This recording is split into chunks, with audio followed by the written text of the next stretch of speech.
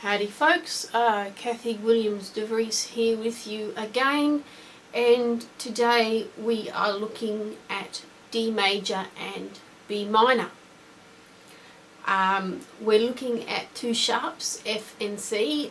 My primary school music teacher used to say D major, two sharps, F and C, fish and chips, and that's how I've always remembered it, even over 25 years later.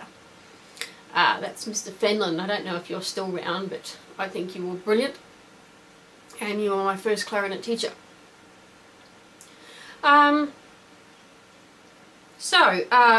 D major, two sharps, and of course in B minor you've got to contend with a G sharp and an A sharp in the melodic. Now we will be looking at using B minor. Because of the F sharp, G sharp and A sharp, you will have to, it's a good workout for the left hand. In the arpeggios and broken chords, we will be looking at different top F sharp fingerings. And in B minor, in the Thurston and Baermann, we will be looking also at the left-handed low F sharp going to the right-handed G sharp, and also a forked B natural, which I did mention in my alternate fingerings video a little last week. So we start with D major. In the Thurston, it's got a couple of finger exercises before that. F sharp going to E sharp to G. This is where we use the forked fingering, and what I mean by forked fingering is that to go from an F to an F sharp, you hit this little sliver key or banana key here, and it kind of looks in your hands like a fork. That's why we call it a forked fingering, and it's very beneficial to use that fingering to go from E sharp or F to F sharp. And that's what these finger exercises do.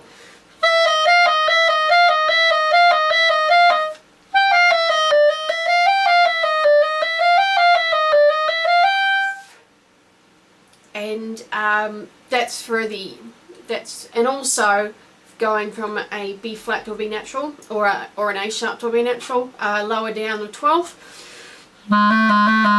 because you're going to need to use that. But we'll come to that. So, no huge dramas with the D major scale, although the going from a low E to an F sharp and up the 12th from a B to a C sharp, I do recommend you use the left hand B to go to the right hand C sharp, and the low left hand E going to the C sharp can get a bit clunky. I do recommend that you practice it.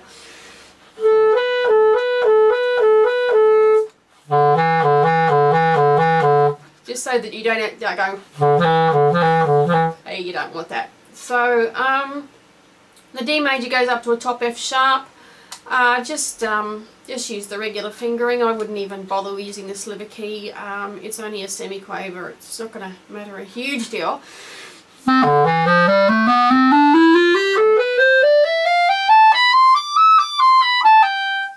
And be careful not to put the E flat key on too soon. Do not put the E flat key on when you are playing a C sharp. It will be way too sharp, and I did say that when we were doing D minor. So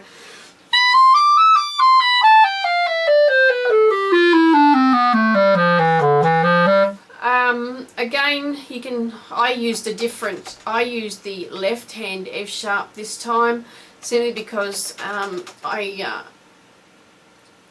you can do it both ways, but why I did it was in preparation for the B minor, where you need to go to a G sharp. Of course, that's only in the melodic.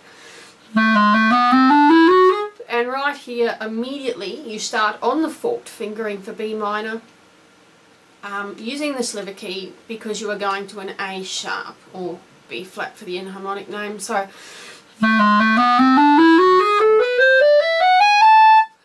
and to get that really smooth. You may want to practice that a few times.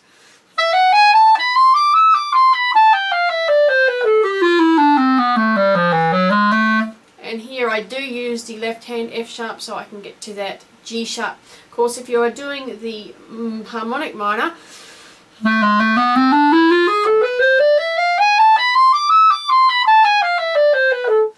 you want a really clean G to A sharp. I wasn't completely convinced mine was.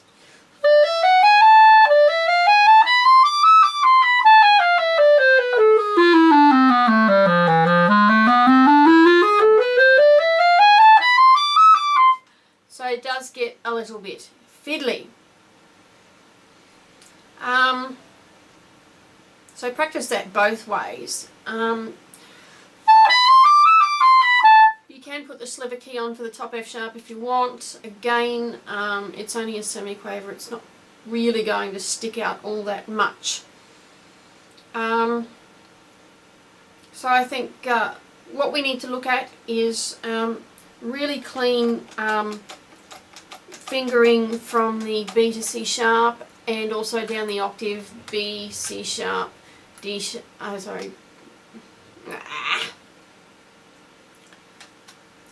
Well, now we come to the interrupted scales. No real drama in the D major.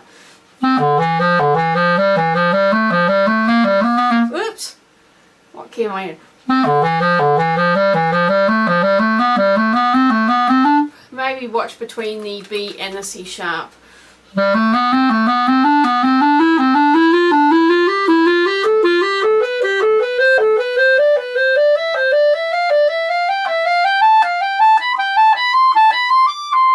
Again, don't put the E flat key on for the C, and you want a really smooth transition between the B and the C sharp.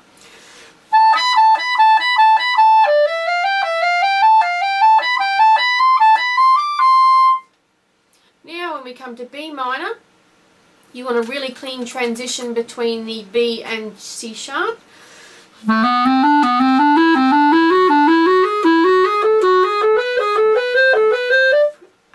And there is some tricky left hand work there. You may want to take those particular bits out on the D.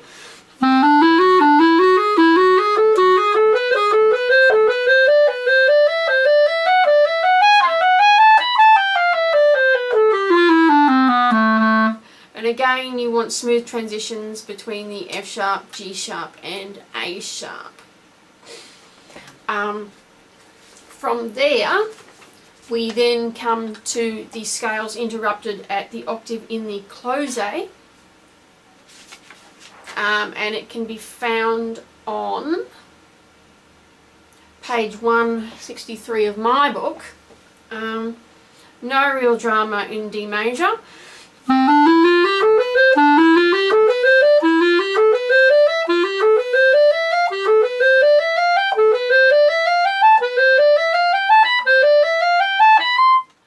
No real drama there. And the real fun is the B minor. Oops, I'm playing B minor, not B major.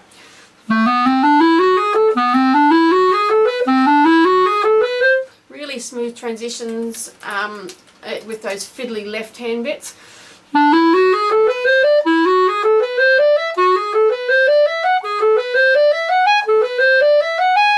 And then on the way down, etc. And of course the harmonic.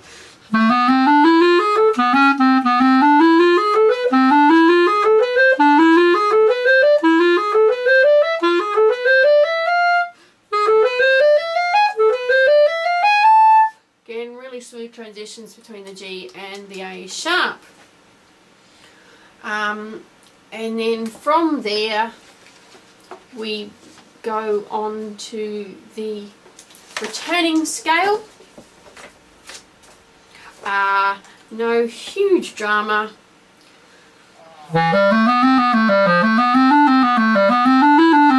What I like about this particular set of scales is that you're not starting on the tonic. I think one of the best indications that you know your scales is that you can start the scale on any degree and still be able to play the scale. For example, and I don't think they ever ask it at exams, but say they might say, can you start the D major scale on the A?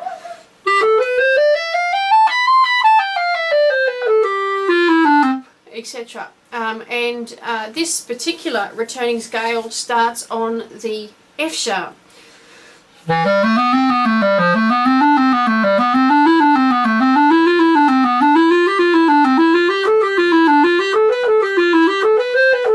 What you want is a really strong B to C sharp. You may actually need to get your clarinet adjusted so that that's a bit easier. I know that on cheap clarinets they can get pretty clunky. Be aware that you can hold the right hand down.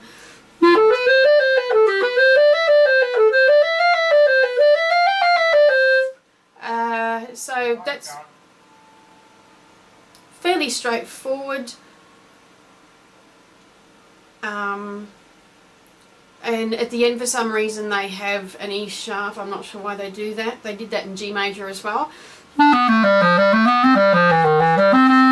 I use the left hand E sharp because it's an F natural, but that's just my personal preference. From there we go to our arpeggios, or broken chords. In D major, fairly straightforward. I would prefer to use the overblown B flat for my F sharp.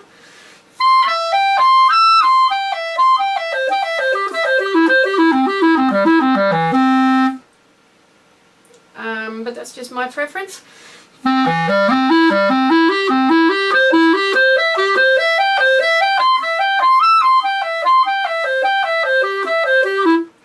And you can also do the same with B minor.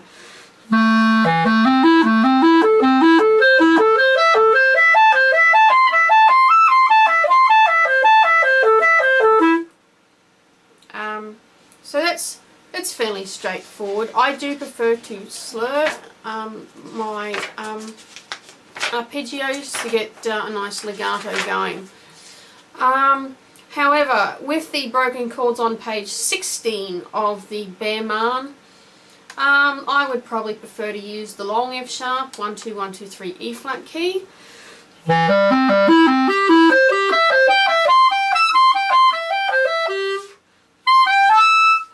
I don't trust the that F sharp, and I don't trust that I can overblow the B from an A. See, it'll just come out as an E flat. So I think that's your best F sharp.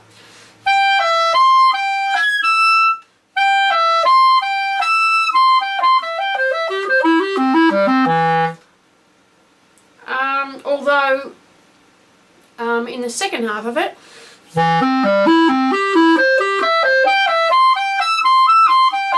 I would use the overblown B flat. I mean, it's completely up to you. It's very personal.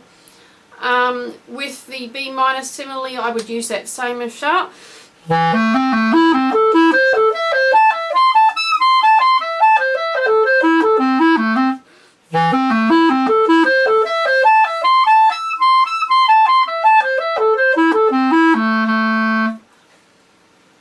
So that's pretty straightforward. Then we come to our diminished chords. The top G, I would probably prefer to use the G fingering with the C sharp so that it comes out. Be careful not to leave the pinky finger on for the C sharp, it'll come out too sharp, as I said before.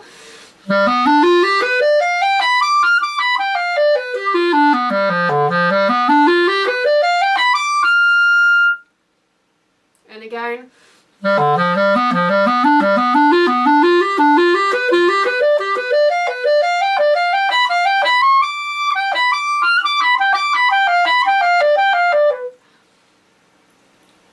And then after the repeats, you've got the sixths.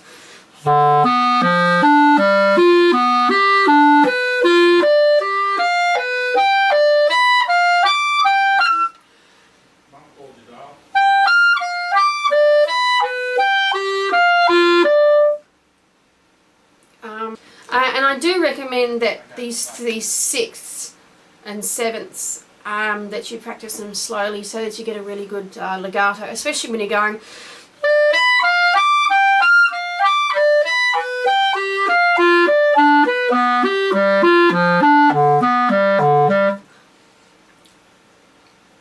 So that, and now we come to our diminished seventh. In D major, our diminished seventh starts on a C sharp. And the particular diminished seventh that has a C sharp in it is the one that also starts on E. So I've been through these with you before. You only really need to learn the 3 different diminished sevenths and then just start on different notes of the scale. So,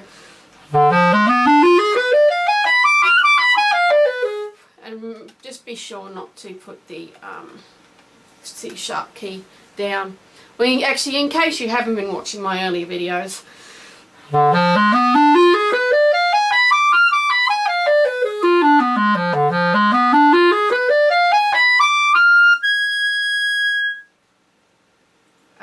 but you can start them, of course.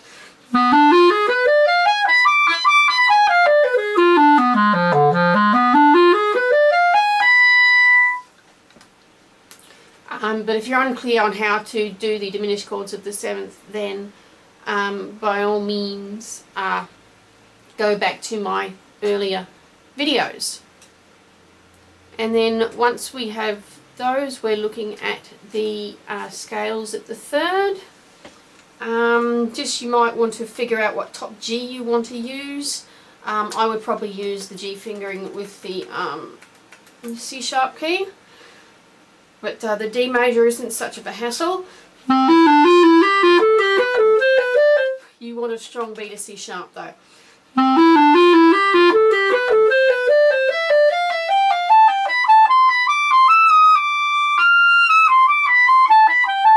I prefer to use the overblown B flat, but you can of course use the regular fingering.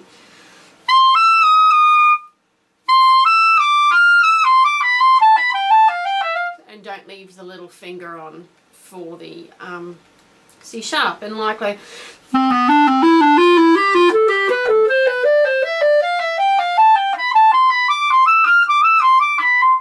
you want a good transition between the B and the C sharp.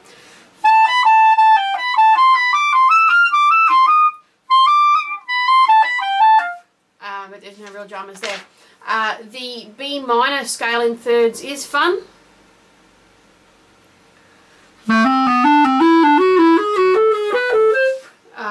That's a really good left hand exercise on its own. Really good. Well, actually the whole thing's brilliant.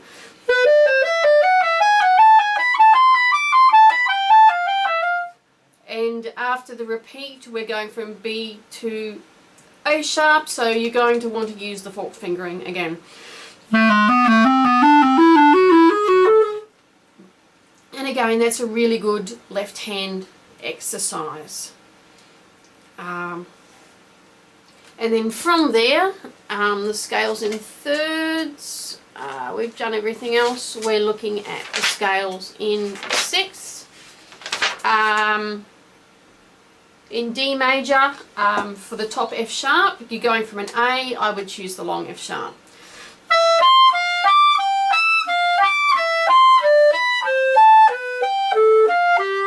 And again,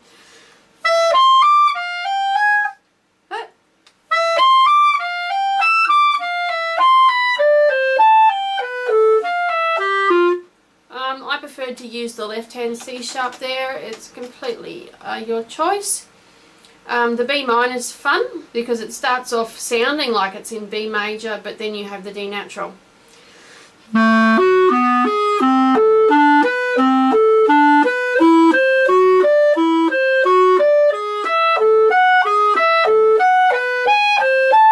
And here for the long A sharp, you can use the long fingering. You don't have to use the regular fingering. And then the 4 last bars of it are really good as well.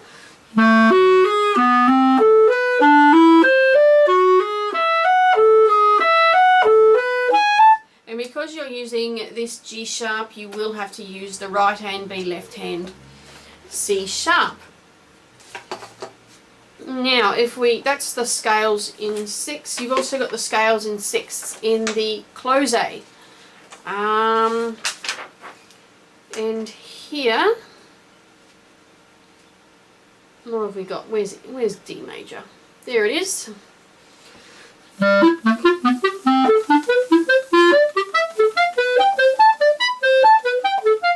I would also practice it.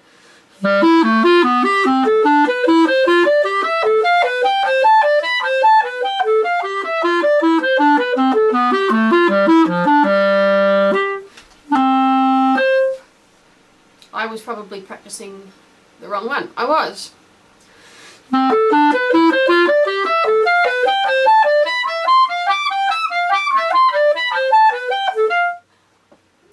And then in the minor, what's the minor one look like? Oh, this one's interesting. I like this. This is a funny rhythm.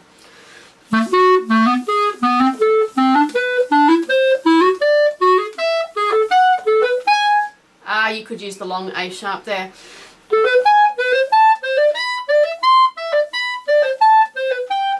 And of course in the harmonic.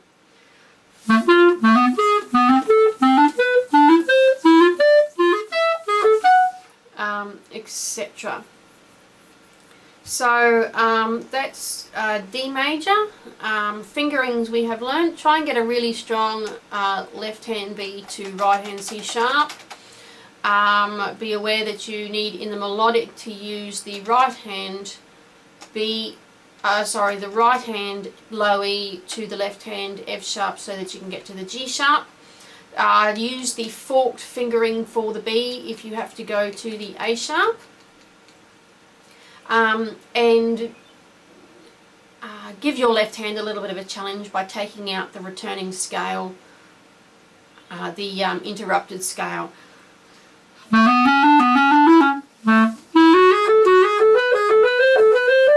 So that's it for D major and B minor. Key coming up next will be B flat major and G minor. So thanks for listening. Please join me for the next video, and don't forget to check out my daily vlog.